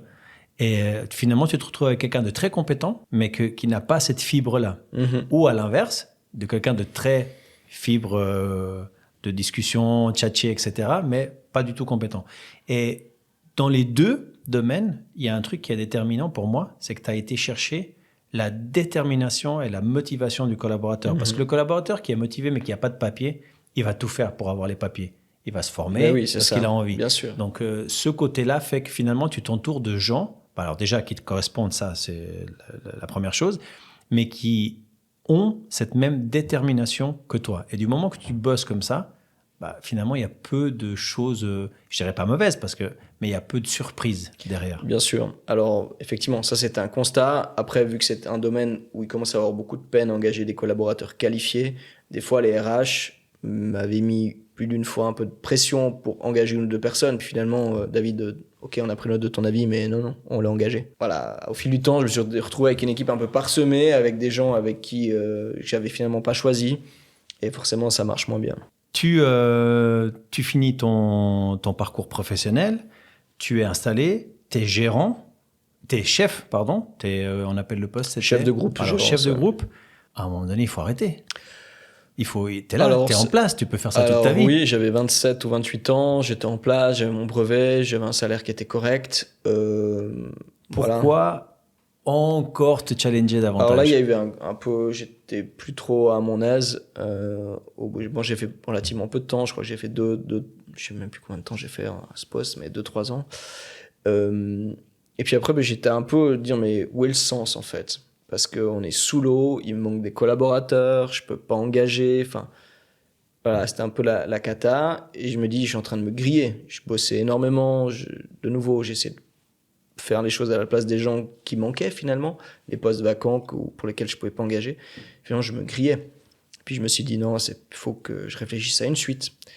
Et finalement, un jour, j'ai vu un poste d'asset manager chez Foxstone, qui est une start-up basée à Genève. Ils font du crowdfunding immobilier, qui permettent à des gens d'investir dans la pierre, dans des immeubles de rendement, dès un ticket de 10 000 francs. Et moi, ça me parlait beaucoup. Je les avais déjà vus dans le bilan. Enfin, moi, j'aimais bien. Ils changent un petit peu ce domaine immobilier qui est tellement statique. Ils ont une super image. Ils font bouger les choses, quoi. Ils avancent. Je dis, waouh, incroyable. Et du coup, ça arrivait un peu, j'ai vu cette opportunité un peu au moment où je commençais à me dire, tiens, j'ai un conflit je manque de cohérence maintenant dans ce nouveau travail, qui était un nouveau feeling finalement. Je suis là, mais j'ai plus que ce que j'espérais. Et voilà, maintenant j'aimerais me changer. Et du coup, je me suis lancé dans des entretiens. Enfin, j'ai postulé, j'ai fait plusieurs entretiens avec l'équipe de Foxstone, qui était une start-up déjà d'une dizaine ou quinzaine de personnes. Et le but, c'était de reprendre le poste d'asset manager, donc gestion des actifs immobiliers pour les investisseurs. Il y avait déjà au total, il y avait une trentaine d'immeubles. Et puis, le but, c'était de structurer ce département, d'atteindre les objectifs fixés pour les investisseurs pour chaque immeuble. Et puis voilà, participer aussi aux séances d'acquisition et ce genre de choses. Donc, tu quittes ta société où tu étais, du coup, tu es engagé dans cette nouvelle société? Oui, et en parallèle, vu que tu veux approfondir un petit peu ce domaine-là, moi, ce que j'avais fait, ce que j'aurais dû te dire dès le départ, c'est que avant d'être stagiaire au tout départ de mon parcours, moi, j'avais établi un peu une ligne de vie. Je me dis, OK, qu'est-ce que je veux faire? Où je veux aller? Puis j'avais tiré un trait comme ça sur une feuille A4, un portrait. Puis je me dis, OK, où est-ce que je vais? Où je suis dans 3 ans, où je suis dans 5 ans, où je suis dans 15 ans. Et je m'étais mis des objectifs comme ça. Et être gérant, c'était un peu la fin du gérant, chef de groupe, directeur, c'était à la fin, à 15 ans, tu vois. C'était le rêve. Et en fait, j'ai trouvé hyper puissant. Je l'ai fait sans prendre de cours ou quoi que ce soit et écouter personne. Cette ligne, c'était moi pour voir clair. Et en fait, je me suis dit, c'est incroyable. Parce qu'en fait, j'ai atteint mon objectif rêvé. Enfin, c'était même le plus. J'y suis, mais 2 fois plus vite. Waouh! Alors, ça veut pas dire que tu l'as forcément fait bien, mais j'ai pas triché pour y être. Donc, finalement, c'est un bon point. Je me suis dit, waouh! Et à ce moment-là, à la fin de ma période de chef de groupe gérant, c'est entre mon nouveau rôle dans la start-up à Genève, conflit de valeurs, perdu, qu'est-ce que je veux faire? Je suis au carrefour de ma vie. Là, ça faisait 10 ans, je suis de nouveau à un carrefour. Et vraiment, je l'ai ressenti comme ça. C'était de nouveau une période de changement. Au début, j'ai eu un peu peur et je me suis dit, putain, c'est génial. trop bien. Je suis nouveau, enfin, dans la même situation où j'ai plus rien. J'avais été en couple longtemps avec une fille, je l'avais quittée. Mon job, j'arrivais aussi à la fin d'un cycle. J'étais seul dans un petit appartement à Lausanne. Je m'étais toujours dit en tant que valaisan que j'habiterais jamais à Lausanne. J'ai toujours vécu un peu en périphérie, en campagne. Là, j'étais dans un petit appart au centre de Lausanne, au-dessus d'un bar bien connu. Waouh, de nouveau, je suis à un carrefour. Qu'est-ce que je fais? En fait, je me rappelle très bien, j'ai encore cette feuille chez moi. J'ai fait différentes lignes. Je dis, OK, il y a plusieurs possibilités. Quels sont mes rêves? Ouvrir mon entreprise, c'est clairement un de mes rêves. J'aimerais essayer de faire quelque chose, mettre ma personnalité, mon énergie. OK. Partir en voyage, découvrir, faire le tour du monde. J'ai jamais été un grand voyageur. Par contre, quand je regarde les choses, pourquoi pas partir à Bali? Ah ouais, génial, on pourrait faire un trek, etc. Il y avait ça, c'était pris, je sais plus quelles étaient les autres possibilités. Je dis maintenant, je dois choisir. Et finalement, je suis parti 3 semaines en vacances seul. Et au retour, j'ai dit, bon, maintenant c'est bon, je vois clair. Je crois que j'ai pas fait tout ce parcours dans l'immobilier pour rien. J'ai encore envie de travailler pour capitaliser sur ce que j'ai acquis. Et du coup, je crois que je vais essayer d'avancer avec Foxstone. Et voilà, puis en parallèle, les démarches avançaient avec Foxstone et j'ai pris la décision de... Enfin, ils m'ont fait l'honneur de me sélectionner et j'ai pris la décision de les rejoindre. Et moi, je trouve déjà incroyable parce que, on a tous à un moment donné arrivé à l'avant-travail, après les études, etc. Je trouve incroyable qu'on fasse déjà une ligne conductrice d'un peu de ce qu'on veut faire. Et je trouve encore plus incroyable qu'une fois arrivé finalement à l'objectif que tu t'étais atteint, plus ou moins vite, tu te refixes de nouveaux projets, rêves, une nouvelle ligne pour les 15 prochaines années. Mais je trouve que tu es obligé en fait de le faire. Enfin, pour moi, c'est nécessaire. Je pense que quand tu as un profil avec beaucoup d'énergie, d'envie, puis ce besoin d'être tout le temps en voyage, en conquête de quelque chose, parce que c'est le chemin qui est intéressant. On entend toujours, c'est le chemin et pas la destination. Exactement. Mais pour moi, ça me parle à 200%. J'ai du plaisir là-dedans. Quand j'y suis, voilà, ok, cool. C'est quoi la suite? Donc voilà. Donc pour moi, c'était une évidence. J'avais même besoin de ça pour voir clair. J'ai pas envie de me lancer dans quelque chose, puis au bout de 2 ans, me dire, ouais, finalement, je crois que c'était pas une bonne idée. Ou non, finalement, j'ai fait ce choix par dépit d'autres alternatives. Et donc non, si je le fais, je vais être convaincu, puis avoir réfléchi avant. Je saisis les opportunités, je prends des risques, mais c'est quand même réfléchi. Ouais. Mais ça va aussi au feeling. Non, ok, c'est ça parce que, pour telle raison, telle valeur, maintenant je fonce. Et rien ne m'arrêtera. Je peux me casser la figure 15 fois, c'est pas grave. J'avance. Ce côté mindset, un peu ce côté de vouloir à chaque fois te challenger davantage, même si c'est maîtrisé dans le sens où j'ai les compétences, ça me sort de ma zone de confort parce que je dois encore prouver de quoi je suis capable, parce que finalement tu dois prouver, on te fait confiance, mais tu dois quand même prouver que cette confiance elle est justifiée, donc tu vas encore te remettre un peu dans un nouveau défi.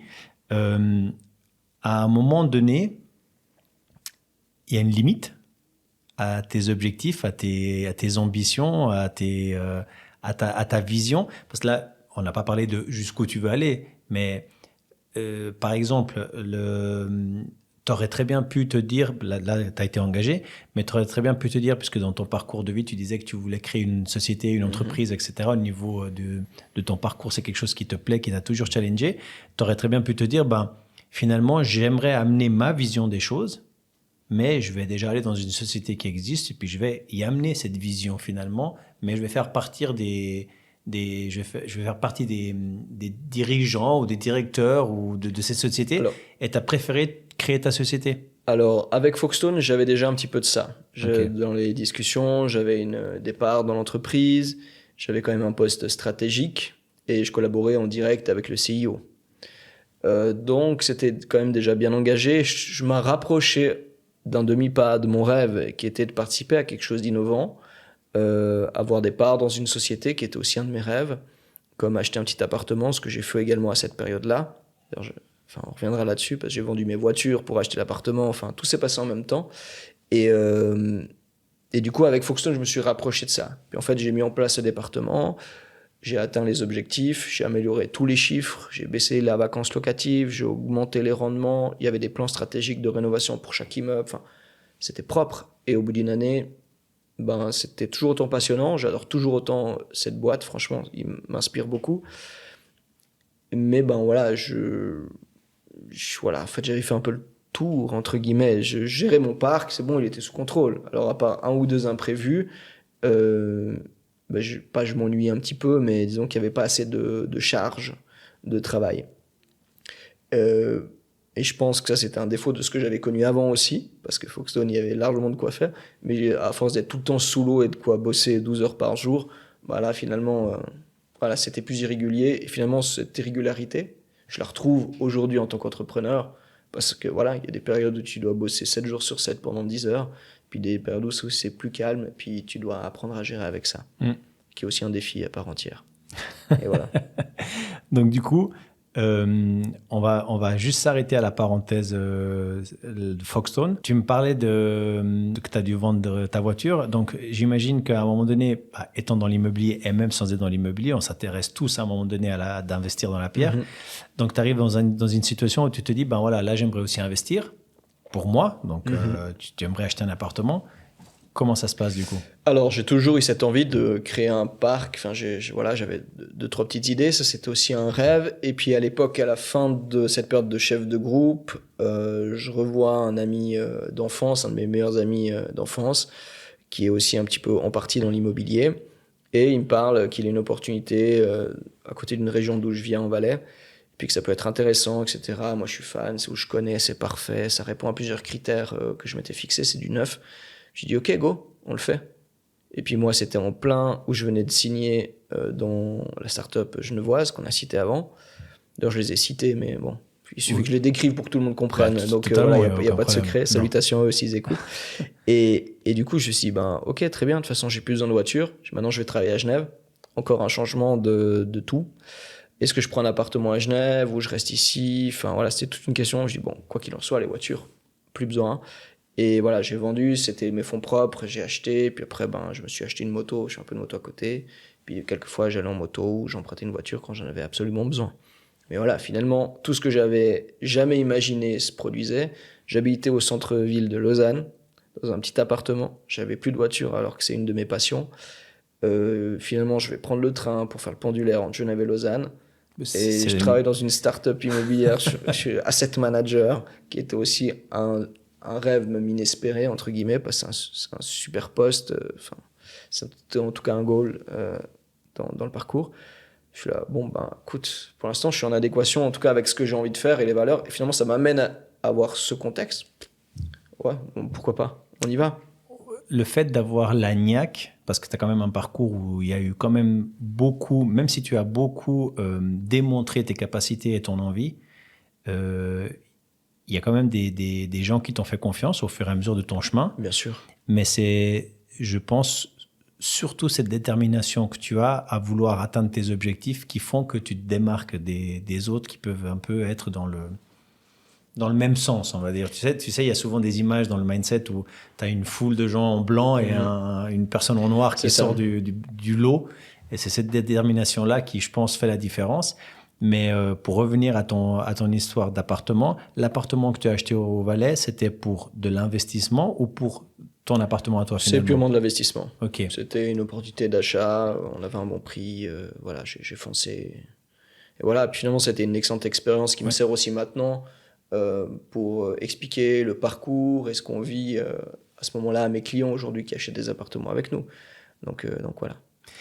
Tu finis la première année, tu te dis que il y a une routine qui s'installe, ou en tout cas tu gères extrêmement bien ton parc immobilier, puisque l'expérience est aussi là, et du coup, cette expérience joue un rôle. Ça se passe bien. Ça, c'est sûr. C'est quoi la prochaine étape, du coup, à ce moment-là? Ok, super, j'ai enfin du temps. Je vais acheter une voiture. Non, je rigole. Non, je vends la part de Non, j'ai enfin du temps, cool. Je peux mettre plus d'énergie dans le sport. Il faut que je me remette en forme, voilà. Et... Cool, je fais du sport. Alors, j'améliore ma condition physique et tout. Ouais, super. Au bout de 6 mois, 12 mois, alors oui, il y a des résultats, mais je suis là, ouais, top. C'est pas... J'aime beaucoup le sport, mais voilà, surtout pas le fitness. Puis là, en l'occurrence, en faisant les allers-retours avec Genève, tout ce que je pouvais vraiment faire de façon un peu régulière, c'était du fitness. Alors oui, il y avait des résultats. Je mangeais mieux, je dormais mieux, je m'entraînais plus régulièrement, tout ça. Mais ouais, c'est un peu vide, quoi. Je le fais que pour moi, enfin, peu de sens. Ouais. Et finalement, je dis non, ça me plaît pas. Et du coup, j'appelle Karine, enfin la directrice de la Suite School, avec qui je m'entendais parce qu'à l'époque, en parallèle de tout ça, j'avais participé à la création d'une association immobilière qui s'appelle le Suite Young Romandie, en fait, qui est une association, qui est une branche du Suite Romandie, et qui a pour but, en fait, de créer un réseau de personnes de l'immobilier, dès que tu as un domaine qui touche l'immobilier, de jeunes de moins de 35 ans. Et le but et la vision, c'était de pouvoir réseauter et créer des partenariats entre nous sans attendre d'avoir 55 ans pour avoir un réseau riche sur lequel s'appuyer. Et du coup, on a monté ça, etc. Donc, j'avais déjà contact avec Karine. Puis ça a très bien marché. Hein, et je crois qu'il y a plus de 400 abonnés, participants, membres. Donc voilà, ça marche. Maintenant, je suis sorti depuis 2 ans parce qu'on a l'entreprise et que je dois un peu chercher mon temps. Mais bref, Folkestone, plus de temps, le sport. Ok, finalement, c'est un peu nombriliste. Je crois que j'ai envie de me remettre en défi. Je vais appeler Karine, donc la directrice de la Suite School, pour lui dire, écoute, j'ai une idée. Je crois que j'aimerais bien donner des cours et j'ai une idée de formation que vous ne proposez pas encore, qui est la mise en valeur locative. Parce que voilà, des fois, il y a des vacants, puis tout ce que proposent les gérants ou les assistants, c'est il faut baisser le prix parce qu'on loupe pas. Non, il y a 1000 autres choses à faire. Et un conseil bien plus avisé, avec bien plus de valeur ajoutée. Et je suis parti là-dedans. Et ça, la formation a débuté hier, la première session, mais il s'est écoulé 2 ans et demi depuis là, parce qu'il a fallu discuter avec Karine, qui a trouvé l'idée géniale, qui avait déjà aussi pensé à ça, qui avait déjà pensé à un autre prof. Finalement, on a dû constituer les profs, faire des séances, c'était pas le cahier des charges de formation, créer les supports, faire relire, créer les PowerPoint, commercialiser la formation. Puis voilà, puis là on est 2 ans et demi, 3 ans après ça, on débute la formation ce trimestre. Et voilà, donc en parallèle, je me suis mis là-dedans aussi. Et puis finalement, après discussion avec mes amis qui sont devenus mes associés, on lance ImmoCloud. Et pour la petite histoire, un de ces amis associés était en fait un des collaborateurs qui m'avait été imposé à l'époque quand j'étais chef de groupe, qui est devenu un ami pendant cette relation professionnelle, avec qui on a toujours gardé contact. Et aujourd'hui, on a ouvert l'entreprise ensemble. Et c'est l'occasion de parler des relations humaines que tu disais avant. Des fois, tu as des gens qui sont très expressifs, qui ont certains skills, et qui sont très compétents, d'autres qui parlent plus et qui sont moins, etc. Et lui, au départ, premier contact, je me dis, ça va jamais le faire. Quelqu'un de très calme, hyper compétent, machine de guerre, mais très calme, cool. Enfin, en fait, il vit la même chose autant que moi, la même chose que moi, mais il le gère d'une façon totalement différente. Il l'extériorise moins. Exactement. Et c'est impressionnant, ça va jamais passer. Puis en fait, au contraire, au fil des mois, on s'est rendu compte qu'on avait les mêmes valeurs, qu'on fonctionnait exactement la même chose. Et lui, ça le faisait rire parce que finalement, toutes mes réactions, ça traduit tout ce qu'il ressent. Puis lui, je me dis, oh la classe, j'aimerais tellement arriver. Alors j'essaie de m'inspirer de lui. Et puis voilà, et c'est pour ça qu'aujourd'hui, c'est moi qui suis plus présent sur les réseaux, etc. Parce qu'on on a pris deux, trois choix comme ça.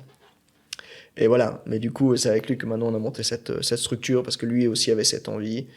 Et moi aussi, puis ça arrive à un moment clé. Et puis bon, écoute, on y va, on fonce. Mais du coup, tu te lances dans la formation chez Suite School. Pendant cette formation, donc toi, tu es formateur, enfin, tu développes cette formation-là, parce que comme tu dis, ça vient de démarrer, mais tu développes cette formation-là tout en travaillant. On est d'accord ? Oui. Tout en faisant du sport ? Oui. Ok. J'accumule un petit peu parce que tu me dis en parallèle, je fais ça, en parallèle ça. Et là, il y a beaucoup de parallèles qui viennent s'accumuler à ta vie. Donc, tu es quand même quelqu'un qui a une facilité. Alors, c'est pas pour te lancer des fleurs. Je constate simplement ce que tu dis par rapport à ton parcours.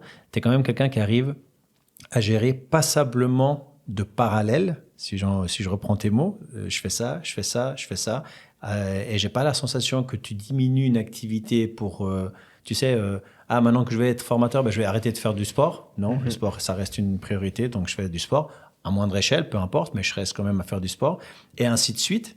Et donc, tu es formateur, tu es en train de travailler. À quel moment, avec toute cette charge de travail, tu te dis, je vais créer une société ?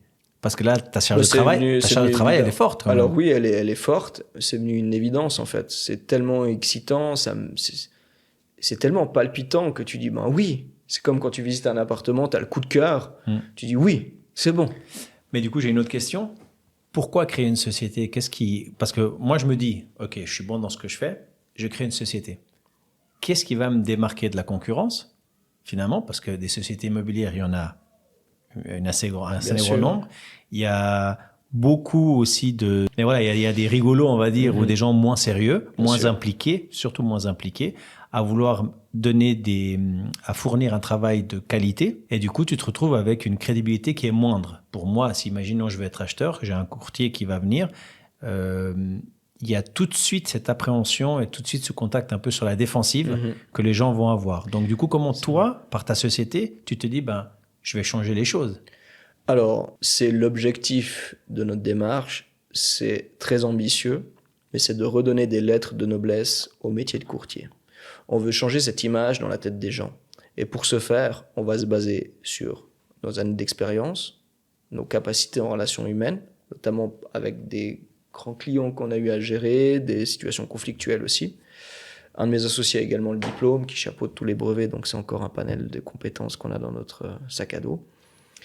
Et puis, on va vraiment mettre en avant l'éthique et la qualité. Par contre, c'est un chemin de longue haleine. C'est difficile de faire, d'être patient, mais quand tu veux faire les choses bien, ça demande du temps. Et le temps, pour prendre un peu une phrase philosophique, ne respecte rien de ce qui est fait sans lui. Donc aujourd'hui, on doit gérer cette variable. Mais on voit que ça marche et que ça paye, malgré qu'on n'a que 2 ans et quelques semaines. Mais c'est vraiment en apportant de la qualité, en étant honnête avec les gens, et grâce au parcours qu'on a chacun de nous associés, un qui vient du courtage, l'autre qui vient de la PPE, moi qui viens de la gestion, qui a aussi vu toute la partie investissement, avec Foxstone notamment, ça nous permet en fait de les accompagner à chaque étape. De se dire, ok, il veut acheter pour du rendement, très bien. Je sais lui faire une projection locative, je sais lui trouver un locataire, je sais lui faire un bail selon les règles de l'art, je sais gérer son patrimoine s'il me le donne. C'est pas le but de notre entreprise, mais on offre aussi ça à nos clients. C'est pour ça que ça s'appelle ImoCloud, ils rentrent dans le cloud, ils sont avec nous. Le but, c'est pas de les lâcher. C'est ce qu'on vous promet aujourd'hui. Dans 2 ans, vous avez votre appartement.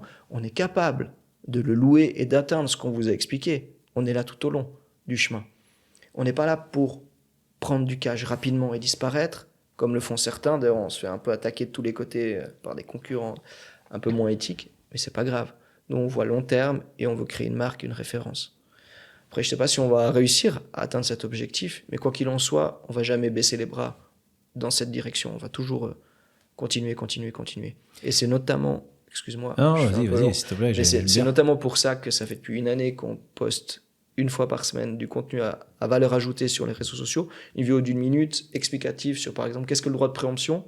Super, c'est pas super sexy de parler du droit de préemption, mais on va essayer de rendre ça assez intéressant, assez dynamique à regarder, se dire, ok, je comprends. Puis ça, on le met aussi tout sur notre site, et puis comme ça, le jour où des gens se disent, le courtier m'a parlé de ça, ou le promoteur et autres, tiens, qu'est-ce que c'est? Ils peuvent aller sur notre site, ils voient, ils ont une vidéo, ils n'ont pas besoin de lire dans un glossaire qui est pas sympa. Puis au besoin, ils peuvent nous appeler, parce qu'on offre aussi du consulting, dans le but d'accompagner et d'apporter de la valeur. J'aime ce côté de simplifier certains termes complexes, parce que je pense que le plus compliqué, c'est de le rendre simple. Donc ça, c'est vraiment quelque chose d'hyper intéressant. Maintenant, si tu fais ton parcours professionnel de ces 2 dernières années et quelques semaines de ta société, c'était le bon choix? Oui, je suis dans le bon bassin. Okay. J'ai vraiment la sensation d'être enfin, c'est bizarre à dire, mais enfin au bon endroit, avec les bonnes personnes, dans tous les domaines de ma vie.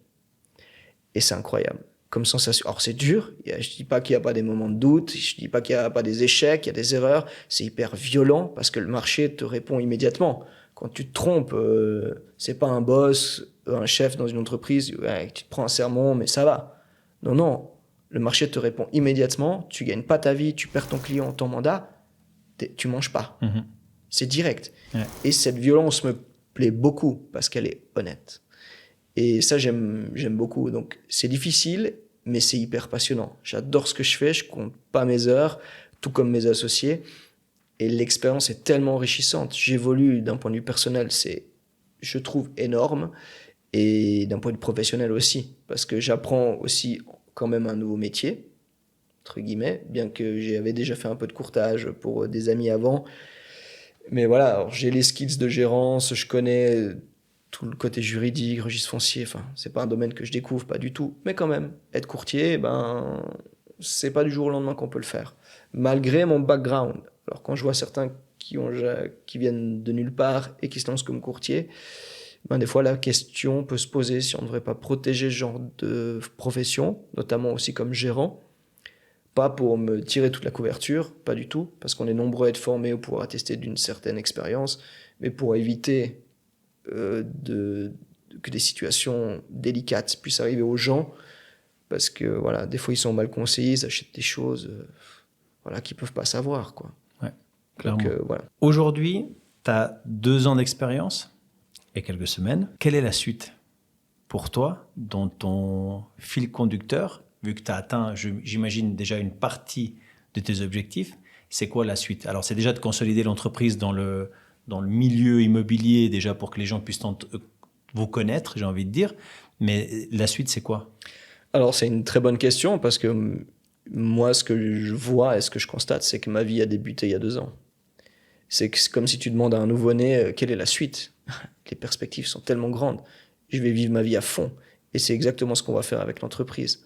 On va le faire intensément, à 100% et à fond. On va développer des partenariats à long terme. C'est vraiment l'objectif, c'est d'être une référence pour les promoteurs, les acheteurs, les clients aussi qui revendent leur maison ou appartement.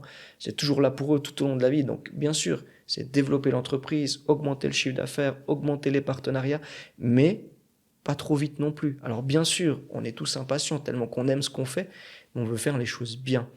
Et la qualité, c'est ce qui est primordial. Donc, l'objectif, c'est de développer cette structure en gardant nos valeurs. La qualité, l'éthique et la performance.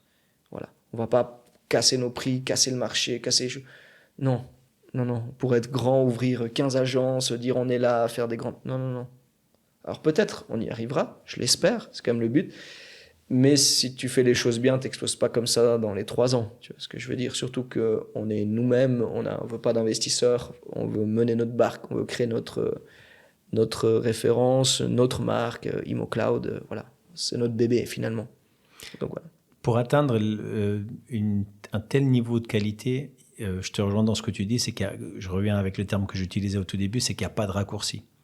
Et du coup, si tu veux justement que ça soit quelque chose qui soit ancré sur le long terme, avec une vision à moyen, long terme, dans le milieu, en tout cas déjà roman, mais dans le milieu immobilier, c'est clair que c'est quelque chose qu'il faut y aller step by step, comme on dit. Je reviens sur le David un peu plus personnel.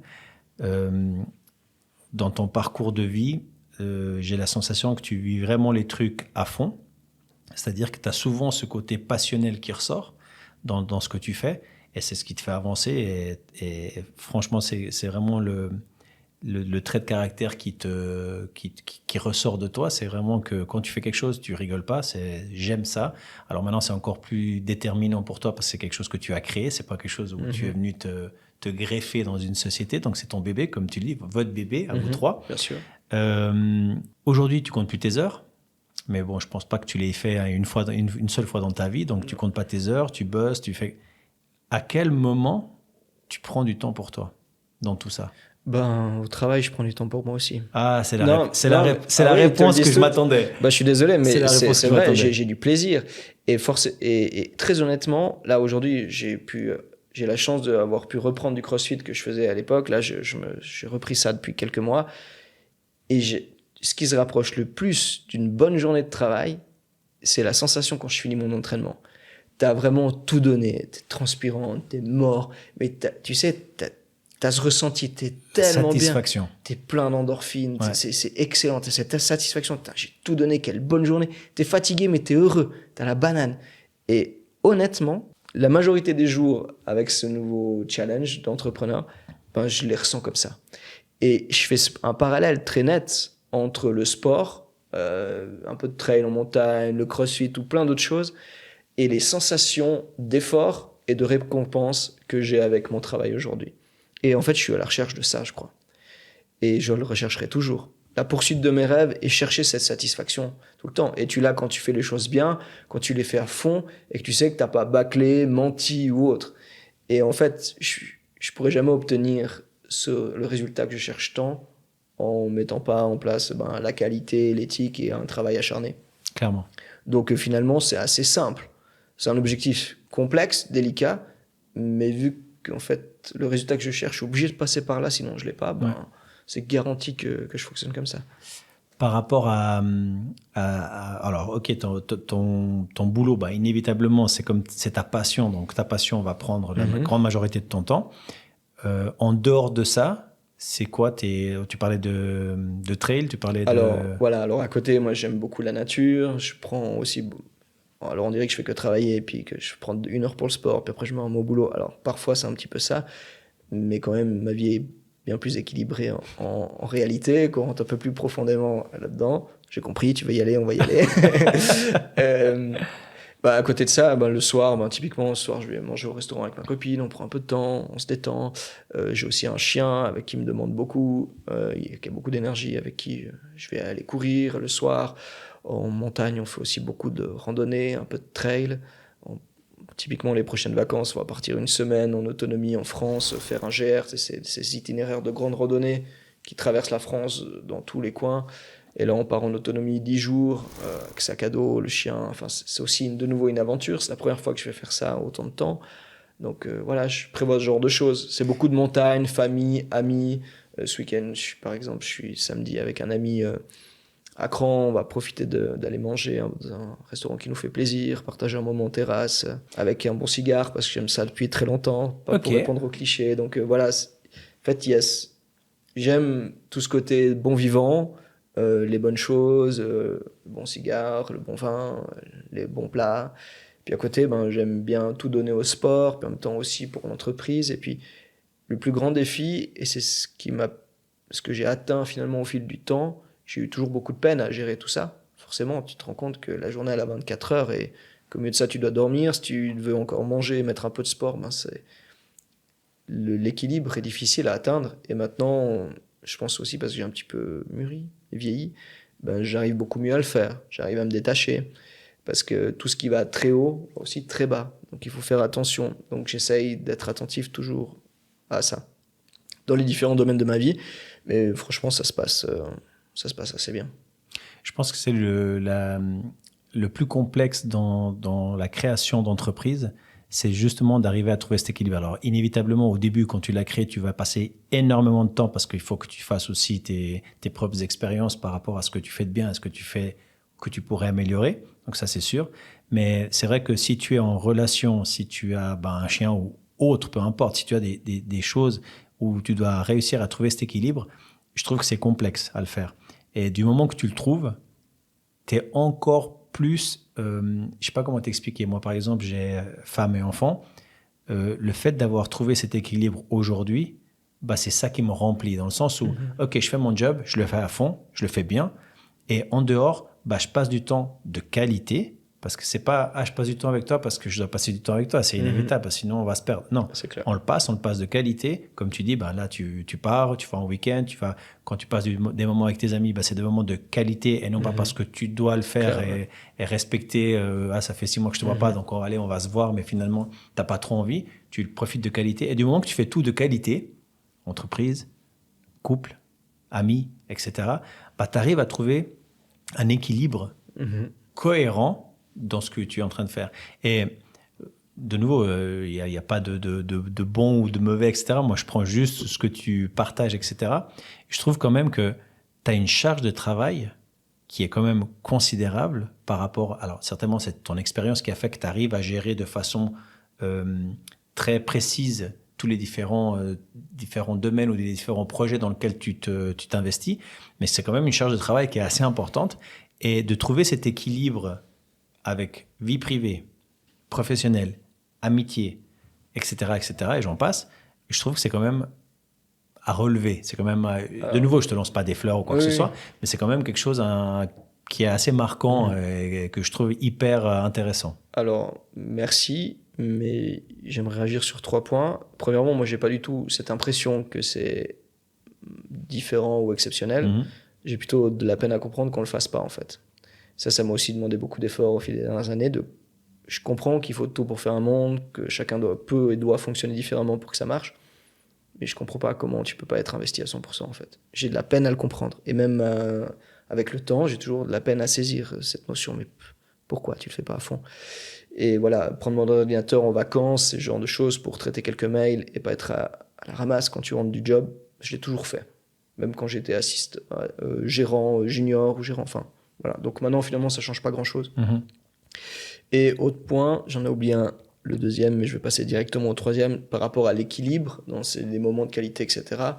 effectivement, je sais que moi, j'ai certains traits de personnalité, mais j'ai aussi beaucoup de chance d'avoir typiquement la compagne avec qui je suis maintenant, qu'elle accepte ça, qu'elle partage beaucoup, qu'elle m'ait accordé la permission de le faire, entre guillemets, bien que j'ai pas besoin de sa permission, mais quand même, c'est ma partenaire de vie, on veut avancer ensemble, on a des projets ensemble, son acceptation, sa collaboration est nécessaire à ce que j'atteigne mon objectif personnel, bien sûr, d'entreprise, professionnelle, et bien sûr, tous les fruits de ça, le bonheur que ça me donne, la liberté aussi que ça me donne, elle en bénéficie aussi.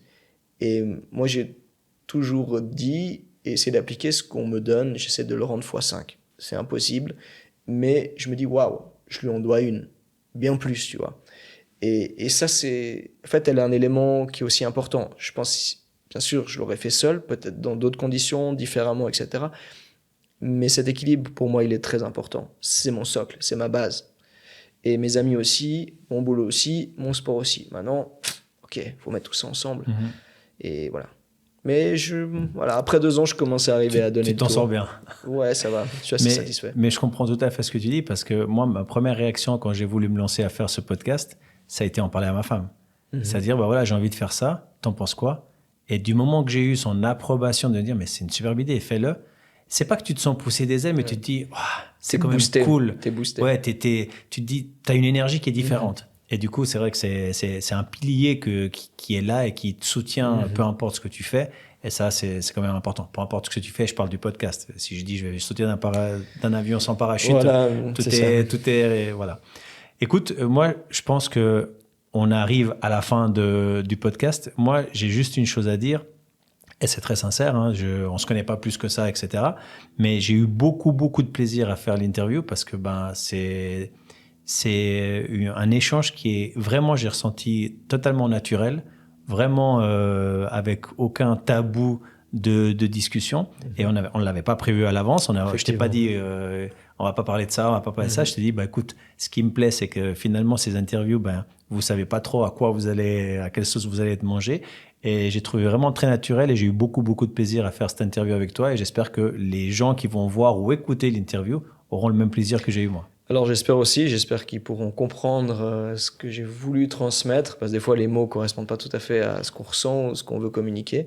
Donc voilà, mais en tout cas, plaisir partagé. J'ai beaucoup apprécié l'exercice. Moi qui consomme beaucoup de podcasts, je me réjouis de voir tes autres podcasts aussi. Et puis merci d'avoir pensé à moi et j'espère qu'un jour on pourra en faire un